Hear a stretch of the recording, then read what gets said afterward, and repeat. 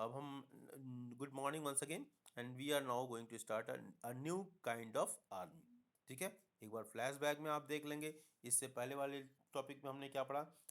We have studied about the empires, new empires and kingdoms, और empire और kingdom की difference के बारे में पढ़ा, समुद्रगुप्त की प्रशस्ति के बारे में पढ़ा, गोल्डन पीरियड्स, गुप्ता पीरियड को गोल्डन पीरियड कहा जाता था, that we come to know. Xuanzang के अकाउंट से हमको जानकारी मिलती है।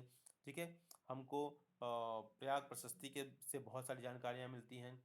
इसके बाद हम हर्षवर्धन के बारे में जानते हैं, उनके कोर्ट पोएट हरिशेन ने जो हर्षचरित्र लिखा उससे जानकारी मिलती है हर्षवर्धन के बारे में।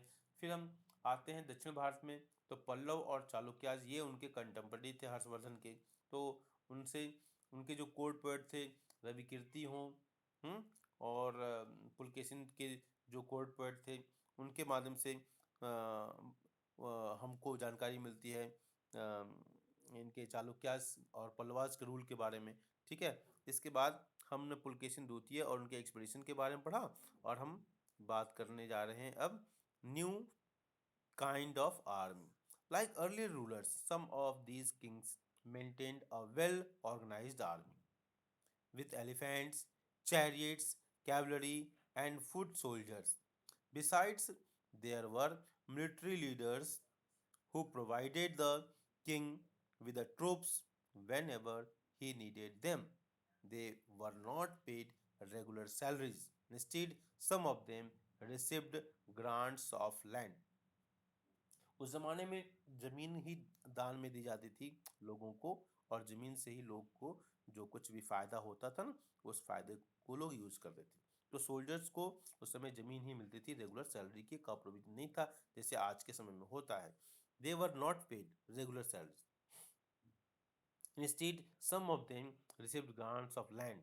They collected revenue from the land and used this to maintain soldiers and horses and provide equipments for warfare. ठीक है, लड़ाइयों के लिए साजो सामान या जो भी लड़ाई के लिए आवश्यकताएं थी उन आवश्यकताओं की पूर्ति ये लोग उसी से करते थे। These men were known as सामंताज। इनको क्या कहा जाता था? सामंताज, जो कि इन सब चीज़ों को मेंटेन करते थे। घोड़े को रखना, सोल्जर्स को रखना, ये सब चीज़ें जो जितनी थी उसके लिए वारफेयर जो इक्विपमेंट्स थे उन सब चीज़ों को रखना ये लोगों का काम था। उनको हम सामंताज कहते हैं। मेरी बात समझ में आ रही है? These men were known as Samantas. Whenever the ruler was weak, Samantas tried to become independent. और जब रूलर जो है ना राजा कमजोर होता था तो सामंताज ने उन पर अपना अधिकार करना चाहा और किया भी। Okay, assemblies in the southern kingdoms.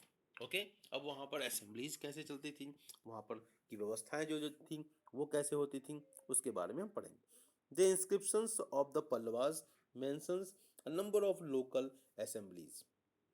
ठीक है, जो गैदरिंग होती थी ना, assembly, group of people coming together to discuss various things. This included the sabha which was an assembly of Brahmans land owners. ठीक है, ये एक सभा थी। ठीक है, जैसे आज हम लोग देखते हैं ना लोकसभा, राज्यसभा, कुछ इस तरह की कल्पना अपने दिमाग में रखेंगे आप। These included the सभा which was an assembly of Brahmins। अच्छा बताओ, लोकसभा और राज्यसभा क्या है?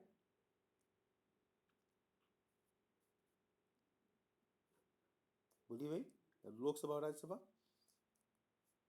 ये हमारे यहाँ लेजिस्लेटिव बॉडी है, कानून बनाने की संस्थाएं हैं। ठीक है, जहाँ पर हमारे एमपी इलेक्ट होते हैं ना, तो वो हमारे सेंट्रल लेवल पर लोकसभा और राज्यसभा कहते हैं। ठीक है, हमारे प्राइम मिनिस्टर जो है लीडर ऑफ द लोकसभा, इसको लोअर हाउस भी कहते हैं, और राज्यसभा अपर हाउस। तो इसी तरह सभा को जो है ना हम क्या कह सकते हैं, ये अपर हाउस। ठीक है, जहाँ पर ब्राह्मण्स, क्योंकि जो एजुकेशन देने वाला था उसको आज भी सम्मान मिलता है, और जो एजुकेशन देने वाले उस जमाने में थे उनको भी सम्मान मिलता था। तो उसको हम क्या कह सकते हैं, they are the members of the Rajya Sabha. सभा को हम क्या कह सकते हैं, आज के समय से अगर तुलना करो तो हम राज्यसभा समझ सकते हैं। मेरी बात समझ रहे हो? तो this included the sabha which was an assembly of Brahmans land owners. This assembly functioned through sub committees which looked after irrigation, agricultural operations, making roads, local temple, मतलब जितने भी वेलफेयर के काम थे उनको ये सभा की रिस्पॉन्सिबिलिटी थी, ठीक है। और वो इसको इन सारे कार्य को जो आपकी बुक में मेंशन किया गया है इसको देखते थे। अब एक दूसरी सभा, ओके, जिसको हम आपकी भाषा में, आज की भाषा में अगर हम कहें, Lok Sabha. The Ur was a village assembly found in areas where the land owners were not Brahmins and the, मतलब ये बिल्कुल लोकसभा और राज्यसभा की तरह नहीं, लेकिन एक कॉन्सेप्ट आप वहां से उठा सकते हो समझने के लिए। Point, the Ur was a village assembly, अब गांव की सभा, जिसको हम लोकल सेल्फ गवर्नमेंट, जिसको हम कहते हैं ना पंचायती राज व्यवस्था से तुलना कर सकते हैं इसकी हम। द उर वॉज एक सभा था जो कि पूरे सेंट्रल लेवल पर देखता था, और एक उर जो था वो ग्राउंड लेवल पर था। आगे point, the Ur was a village assembly found in areas where the landowners were not Brahmins. अब यहाँ पर लैंड ओनर कौन थे? ब्राह्मण नहीं थे, ठीक है।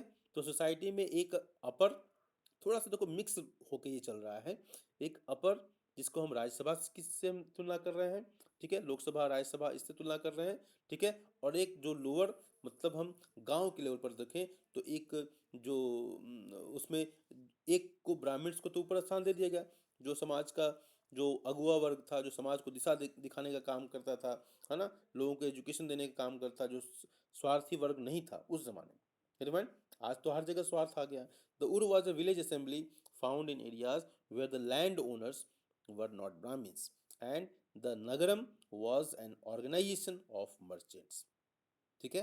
नगरम, इस तरह के नाम अगर साउथ में जाओगे ना तो बहुत देखने को मिलेंगे, सुनने को मिलेंगे। And the Nagaram was an organisation of merchants.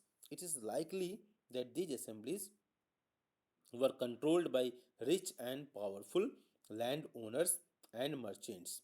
Okay, many of these local assemblies continued to function for centuries. और ये इस तरह की जो व्यवस्थाएं थी वो बहुत काफ़ी सालों तक ये काम करती रही।